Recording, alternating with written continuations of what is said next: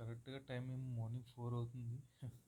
నేను evening shift చేసుకొనొచ్చి 2:30కి అందరూ నిద్రపోతుంటే నేను మాత్రం నా లైఫ్ ఎక్కడికి పోతుందని ఆలోచిస్తున్నా.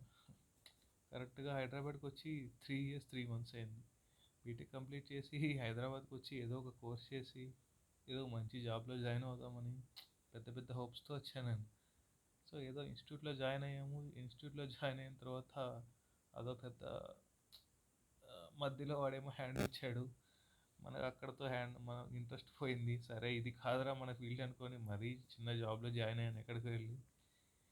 అక్కడ వర్క్ సాటిస్ఫాక్షన్ రాలేదు మనకి. మళ్ళా ఇంకో జాబ్‌లో జాయిన్ అయ్యాను. అక్కడ వర్క్ సాటిస్ఫాక్షన్ లేదు. మళ్ళీ ఇప్పుడు ఇంకో జాబ్‌లో జాయిన్ అయ్యి దాంట్లో పని చేస్తున్నాను. పోనీ ఇక్కడ ఉందంటే ఇక్కడ లేదు. ఎక్కడ వర్క్ సాటిస్ఫాక్షన్ లేదు. జాబ్ అంటే అట్లే ఉంటదేమో. మనకేమో పెద్ద పెద్ద బిజినెస్ చేయాలని కోరిక. కానీ ధైర్యం లేదు, డబ్బులు లేవు. ఆలోచించి ఆలోచించి జుట్టు మొత్తం తెల్లగా అయిపోయింది.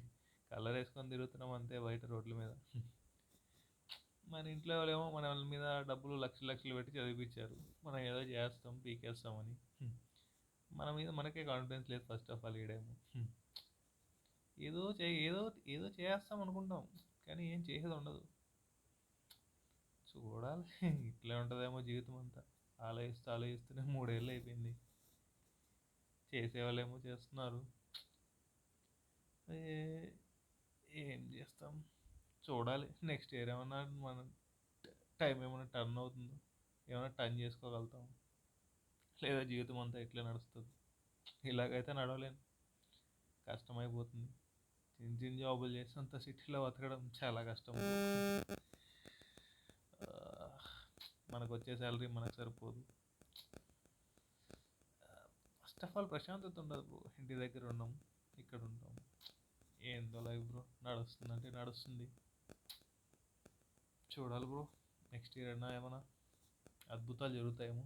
దరిద్రానికి కేర్ ఆఫ్ అడ్రస్ ఎవర్రా అంటే ఫస్ట్ నేనే ఉంటా. అది ఎక్కడా లక్ రాదు బ్రో మనకు కలిసి.